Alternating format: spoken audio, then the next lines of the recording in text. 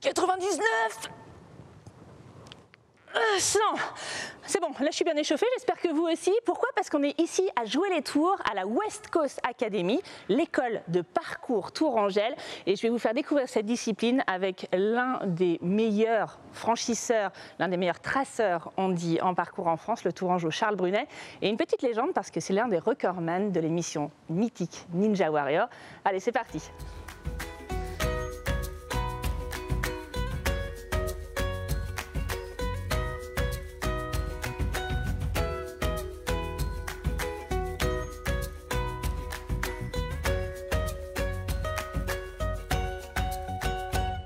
Charles, mais comment on se retrouve? Oui, ça fait plaisir de te voir ici. Ça fait longtemps qu'on ne s'est pas vu. Généralement, tu viens en plateau. Là, on a la chance de pouvoir venir dans l'école, dans la West Coast Academy, pour faire du parcours. Je vais m'y essayer tout à l'heure. Mais est-ce que tu peux nous réexpliquer déjà un petit peu ce que c'est que le parcours? Parce que tout le monde ne connaît pas. C'est assez simple finalement, hein, se déplacer d'un point A à un point B. Hein, ça, c'est vraiment le truc d'origine, le plus efficacement possible, que ce soit en hauteur, en distance. C'est vraiment tout type de franchissement, ça peut être aussi dans l'eau. D'habitude, c'est des choses qu'on peut voir par exemple dans les milieux hyper urbains. On va utiliser, je ne sais pas, les bancs, les immeubles, etc. pour pouvoir sauter dessus. Tout à fait, ça c'est l'image du vraiment grand public, hein, les Yamakasi évidemment. Mais bouger dehors, moi j'ai commencé dans les forêts. Et c'est tout à fait compatible. Ça nous fait, on se sent vraiment revivre, découvrir des choses qui en fait sont inscrites dans nos gènes, quoi. Toi, tu es quand même porteur d'une maladie génétique et qui ankylose tes articulations. Ça veut dire que bouger est douloureux, bouger est difficile. Et tu t'es lancé quand même, c'est quoi? C'est un défi de faire le parcours? À la base, c'est plutôt un défouloir. Je suis j'étais un enfant très hyperactif, donc il me fallait quelque chose. Je faisais beaucoup de kung-fu, je sautais partout dans les arbres. Je faisais tous les week-ends, je partais en vélo. Ma mère ne me voyait pas tout le dimanche, tout le samedi. Je faisais des cabanes et tout, et on a appris à faire d'arbre en arbre. Vous voyez, on faisait d'une cabane à une autre sans toucher le sol. Et ça nous canalisait, ça vidait une énergie qui était en train d'exploser, quoi. Et donc après, plus tard, je suis passé sur le béton pour changer un peu de milieu, pour faire différemment. Puis il y a aussi toutes ces vidéos forcément qui sont arrivées sur les Yamakasi, etc., qui est de l'évolution de la chose. Et je disais, toi, tu as l'air jeune, moi un petit peu moins, mais on va vous prouver que même moi, je peux y arriver. Et si moi j'y arrive, vous y arrivez. Tout de suite, c'est Aloïs qui va nous faire découvrir. On y va.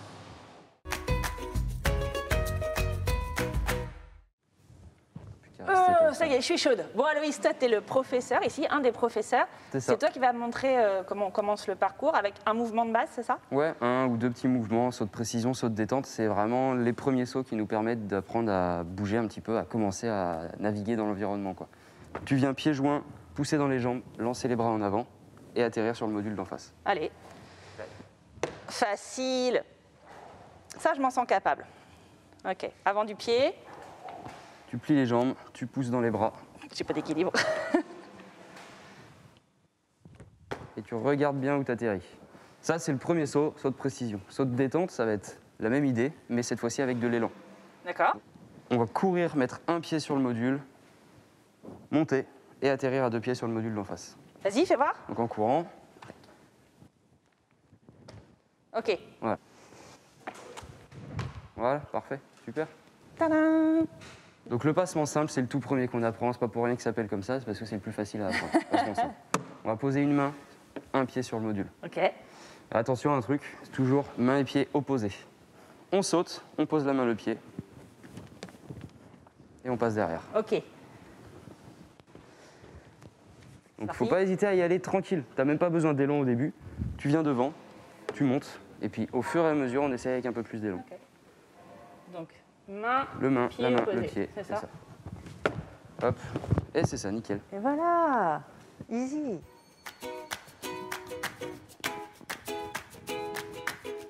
Easy. Alors, la vieille dame. À ton tour. Ok, main gauche. Un pied, un pied. Et nickel, parfait ça. Bien joué.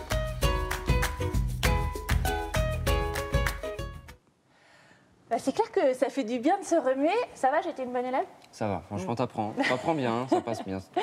Mais je rigole, mais n'empêche que j'ai l'impression que ça m'a fait déjà du bien de faire ça. C'est quoi les bénéfices du parcours pour ceux qui le pratiquent, que ce soit enfants ou adultes?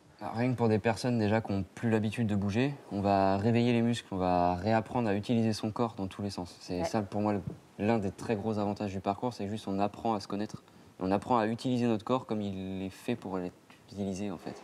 J'ai l'impression aussi, on a l'impression que c'est un peu difficile, un peu des cascades et que peut-être on va tomber et se faire mal.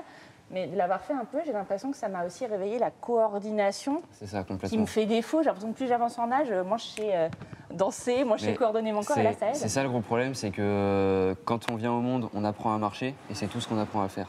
Quand on est enfant aussi, on a tendance à sauter, grimper un petit peu partout et au fur et à mesure, quand on grandit, on oublie parce que c'est pas des choses normales qu'on fait dans la rue, qu'on fait en public. Et en fait, nous, voilà, on réapprend à sauter, on réapprend à grimper, à faire ce que notre corps sait faire à la base et qu'on a juste oublié. Charles, je reviens avec toi après ma petite séance d'entraînement, mon premier parcours. Je voulais qu'on parle aussi de ton, on va dire, ton fait d'armes. Tu as été, toi, concurrent à Ninja Warrior, c'était l'année dernière, je crois, et tu étais le seul concurrent des 48 de ce jour-là à inscrire ton nom, on va dire, parce que tu as buzzé en dessous de la minute, à 59 secondes, ça n'avait jamais été fait. Il se passe quoi à ce moment-là dans ta tête? La pression est immense. En fait, on n'est pas grimpeur. En fait, c'est vraiment Ninja Warrior, c'est vraiment un truc de grimpeur. On tétanise très très vite. Donc, en fait, je vais faire ma finale, quoi. Je vais vraiment tout donner pour faire le chrono le plus ouf pour avoir les 5000, quoi. Et financer en partie cette salle. En partie cette salle, c'est ça. Là, je te montre de loin, évidemment, on respecte les conditions sanitaires, mais le moment où tu buzzes, tu t'écroules, tu as l'air crevé. Mais quand tu as presque la larme à l'œil, mais c'est plutôt de la douleur, c'est ça? Il y a un peu des deux, et surtout le truc, c'est qu'en bas déjà de l'étape où il faut monter, là, je suis déjà complètement out of gaz.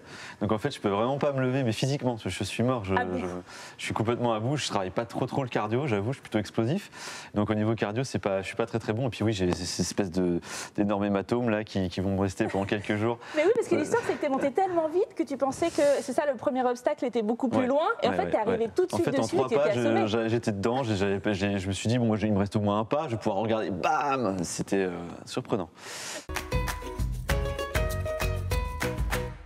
Donc, ça a l'air de super bien marcher. C'est quoi les projets vous en avez pour ce lieu? Effectivement, on a eu un petit peu peur avec la crise sanitaire, mais finalement en septembre, on s'est retrouvé complètement full avec les 400 élèves. Donc cette salle est quasiment tout le temps pleine. Donc le projet, c'est d'ouvrir des cours sur d'autres salles municipales dans un premier temps et pourquoi pas une autre salle encore plus importante sur plus de Ninja Warrior, plus de parcours, etc.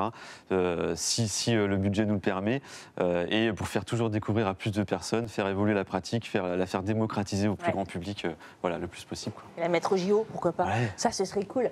Allez, si vous aussi, vous voulez pratiquer comme moi, parce que je crois que je vous ai bien montré l'exemple, vous allez sur le site wcacademy.fr ou wca.tour sur les réseaux sociaux, sur Instagram. Moi, je vous laisse parce qu'après l'effort, le réconfort, je vais prendre un petit bain moussant.